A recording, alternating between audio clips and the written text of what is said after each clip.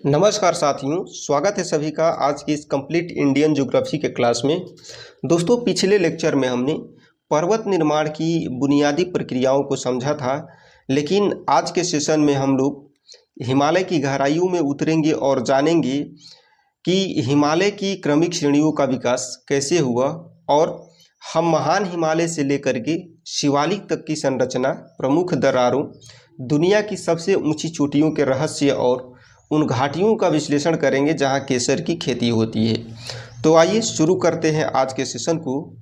दोस्तों, हिमालय निर्माण जो है एक रात में नहीं हुआ, बल्कि यह करोड़ों वर्षों की एक धीमी और शक्तिशाली विवर्तनिक प्रक्रिया का परिणाम है। जब भारतीय प्लेट यूरेशियन प्लेट से टकराई तो दबाव के कारण पृथ्वी की सतह मुड़ने लगी और इस टकराव के कालक्रम को समझना बहुत ज़रूरी है। तो आइए शुरू करते हैं। दोस्तों, महान हिमालय की बात करते हैं तो हिमालय की सबसे पहली और सबसे ऊंची श्रेणी का निर्माण लगभग 55 मिलियन वर्ष पूर्व हुआ था और हिमालय का यह सबसे पुराना हिस्सा है। वहीं मध्य हिमालय की बात करें तो इसे लगभग 30 मिलियन वर्ष बाद, यानी कि महान हिमालय के लगभग 30 मिलियन वर्ष बाद, यानी कि आज से 25 मिलियन वर्ष पूर्व मध्य हिमालय अस्तित्व में आया और सबसे अंत में मात्र 8 से 10 मिलियन वर्ष पूर्व हिमालय की सबसे बाहरी और सबसे नई श्रेणी शिवालिक का निर्माण हुआ। यह क्रमिक विकास हमें बताता है कि हिमालय दक्षिण की ओर लगातार बढ़ रहा है और आज भी एक जीवित पर्वतमाला है। दोस्तों, हिमालय की विभिन्न श्रेणियां एक दूसरे से जुड़ी नहीं हैं, बल्कि उनके बीच गहरी दरारें या भ्रंश पाए जाते हैं जो उन्हें भौगोलिक रूप से अलग करते हैं। जैसे MCT, मेन सेंट्रल थ्रस्ट, इसे मुख्य केंद्रीय दरार कहते हैं। यह महान हिमालय और मध्य हिमालय के बीच में स्थित है। किसके किसके बीच में स्थित है? महान हिमालय और मध्य हिमालय के बीच में ये स्थित है और यह वह क्षेत्र है जहां से पर्वत निर्माण की ऊर्जा का बड़ा हिस्सा निकलता है। दूसरा है MBF, यानी कि मेन बाउंड्री फॉल्ट, इसे मुख्य सीमा दरार कहा जाता है। यह मध्य हिमालय और शिवालिक हिमालय श्रेणी के बीच में एक विभाजक रेखा है, मतलब कि इन दोनों के बीच की विभाजक रेखा है। किनके बीच की? मध्य हिमालय और शिवालिक के बीच की। और आगे बात करें तो HFF, यानी कि हिमालयन फ्रंट फॉल्ट, यह हिमालय अग्रभ्रंश है जो शिवालिक के बाद शुरू होता है और उत्तर हिमालय को उत्तर भारत के और जो है हिमालय को उत्तर भारत के विशाल मैदान से अलग करता है। ठीक है, कौन? HFF, यानी कि हिमालयन फ्रंट फॉल्ट। तो ये दरारें न केवल संरचनात्मक महत्व रखती है, बल्कि ये भूकंपीय दृष्टि से भी अत्यंत संवेदनशील क्षेत्र है।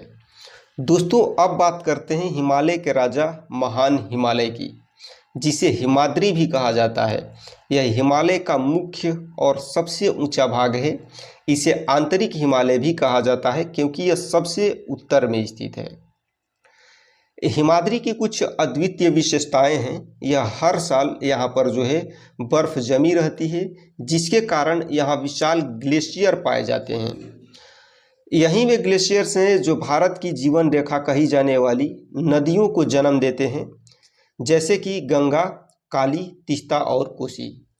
यहाँ की चोटियाँ हमेशा बादलों के ऊपर दिखाई देती हैं और इनकी औसत ऊंचाई दुनिया में सबसे अधिक है। दोस्तों, महान हिमालय का सबसे चमकीला रत्न है माउंट एवरेस्ट। 8848 मीटर की ऊंचाई के साथ यह पृथ्वी का सबसे ऊंचा बिंदु है। लेकिन क्या आप जानते हैं कि इसके कई नाम हैं? भारत में इसका नाम है माउंट एवरेस्ट। इसे माउंट एवरेस्ट के नाम से जाना जाता है और ये अंतर्राष्ट्रीय नाम भी है। नेपाल की बात करें तो नेपाल में इसे सागर माथा कहा जाता है, जिसका अर्थ है आकाश का भाल। और चीन या तिब्बत की बात करें तो यहाँ इसे चोमोलुंगमा कहा जाता है। चीन में एवरेस्ट को क्या कहा जाता है? चोमोलुंगमा कहा जाता है, जिसका अर्थ होता है पर्वतों की रानी।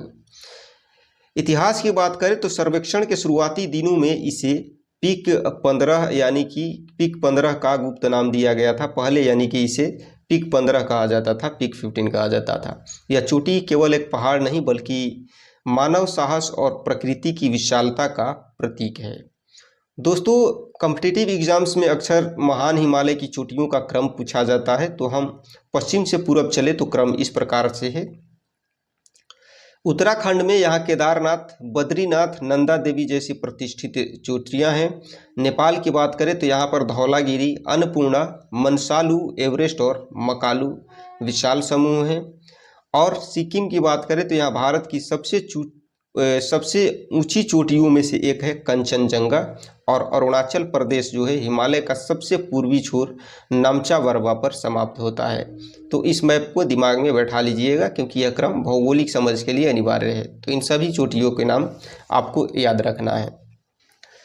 आगे बात करें दोस्तों, तो उत्तराखंड की सबसे ऊंची चोटी नंदा देवी केवल अपनी ऊंचाई के लिए ही नहीं, बल्ककि अपनी जैव विविधता और एक रहस्यमयी सैन्य मिशन के लिए भी प्रसिद्ध है।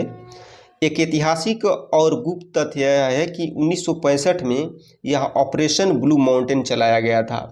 यह भारत और अमेरिका का एक गुप्त मिशन था, जिसके तहत नंदा देवी की चोटी पर जो है एक प्लूटोनियम के सिलेंडर युक्त एक निगरानी उपकरण स्थापित करना था, ताकि चीन की परमाणु गतिविधियों पर नज़र रखी जा सके।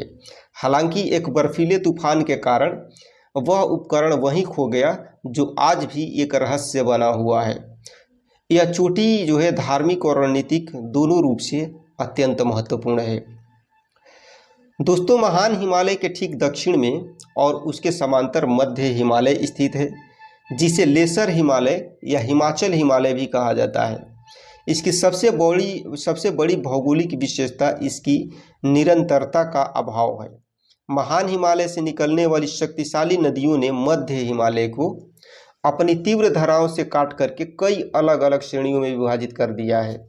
इसलिए महान हिमालय जहाँ एक सीधी दीवार की तरह है, वही मध्य हिमालय टुकड़ों में बटी हुई पहाड़ियों की तरह दिखता है। दोस्तों, नदी कटाव के कारण मध्य हिमालय को अलग अलग क्षेत्रों में अलग अलग नामों से जाना जाता है। सबसे पहले बात करें पीर पंजाल। यह सबसे लंबी और सबसे महत्वपूर्ण श्रेणी है, जो जम्मू कश्मीर और हिमाचल प्रदेश में फैली है। पीर पंजाल कहाँ कहाँ तक फैली है, तो जम्मू कश्मीर और हिमाचल प्रदेश में। वहीं अगला है धौलाधार। यह मुख्य रूप से हिमाचल प्रदेश और उत्तराखंड के कुछ हिस्सों में स्थित है। कहाँ कहाँ पे, हिमाचल प्रदेश और उत्तराखंड के कुछ हिस्सों में। नागटिब्बा और मसूरी जो है ये श्रेणियाँ पूर्णतः उत्तराखंड का हिस्सा है। और महाभारत जो है मध्य हिमालय की इस श्रेणी का विस्तार पड़ोसी देश नेपाल में है। कहाँ पर, नेपाल में। तो इन श्रेणियों के नाम और उनके राज्यों का मिलान अक्सर पूछा जाता है, तो इनको याद रखिएगा। अगले प्रश्न की बात करें तो मध्य हिमालय की पीर पंजाल श्रेणी जो है आज के समय में आधुनिक इंजीनियरिंग का केंद्र बन गई है। यहाँ दो प्रमुख सुरंगें भारत की कनेक्टिविटी को बदल रही है। जवाहर सुरंग 2.85 किलोमीटर लंबी यह सुरंग जो है जम्मू को जो है कश्मीर घाटी से जोड़ती है। जवाहर सुरंग किसको जोड़ती है, जम्मू को कश्मीर घाटी से, और इसकी लंबाई कितनी है, तो 2.85 किलोमीटर। वहीं अगले सुरंग की बात करें तो अगली है अटल सुरंग। अटल सुरंग जो है हिमाचल प्रदेश में स्थित है। 9.02 किलोमीटर की लंबाई के साथ यह विश्व की सबसे लंबी सड़क सुरंग है, जो कि 10,000 फीट से अधिक ऊंचाई पर बनी है। तो दोस्तों, ये सुरंगें न केवल यात्रा का समय कम करती है, बल्कि सर्दियों के दौरान जब भारी बर्फबारी होती है, तब भी यह क्षेत्र देश के बाकी हिस्सों से जुड़ा रहता है। आगे बात की जाए तो महान हिमालय और मध्य हिमालय के बीच जो समतल उपजाऊ स्थान हैं, उन्हें हम घाटियाँ कहते हैं। ध्यान रखिएगा, क्या बोलते हैं, घाटियाँ कहते हैं।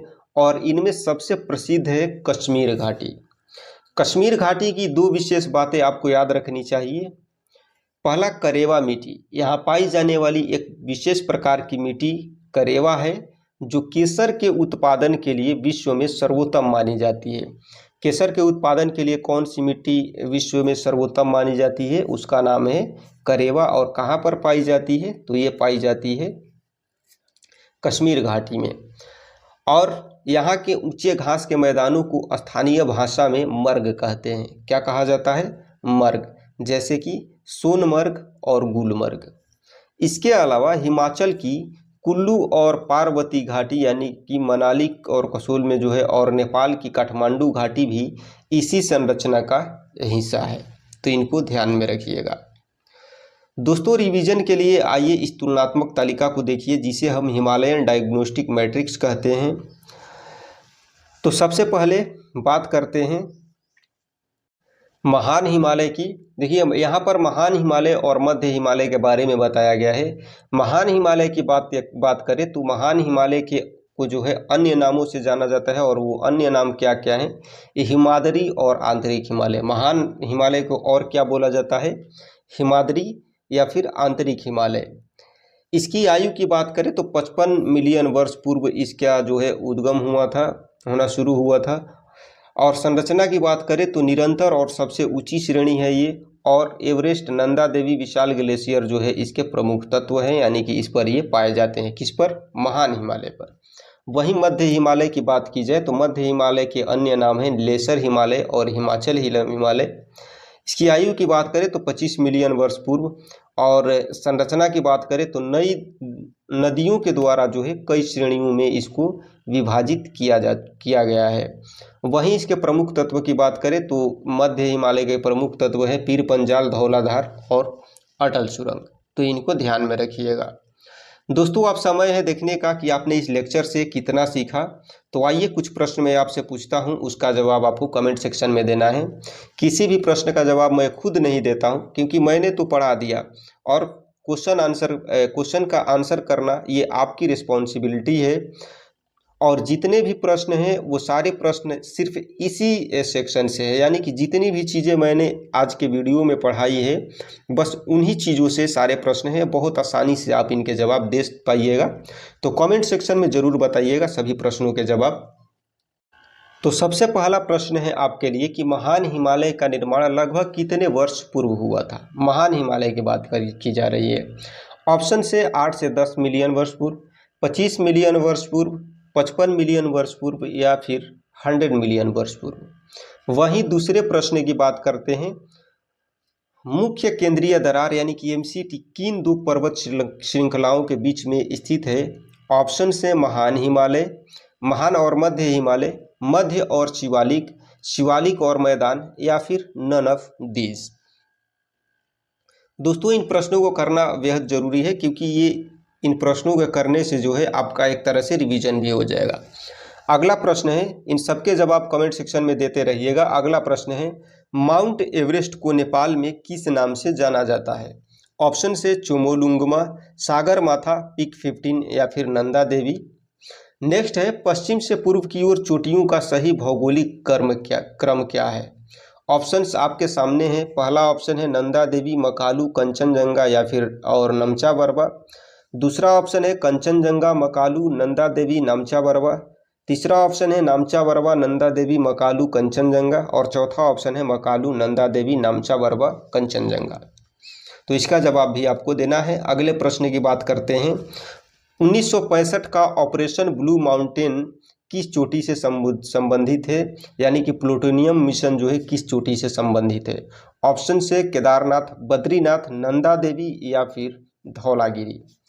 अगला है, मध्य हिमालय को विभिन्न श्रेणियों में किसने विभाजित किया है? जैसे कि पीर पंजाल और धौलाधार। ऑप्शन से टेक्टोनिक प्लेटों ने, महान हिमालय से निकलने वाली नदियों ने, हिमस्खलन ने, या फिर लगातार भूकंपों ने।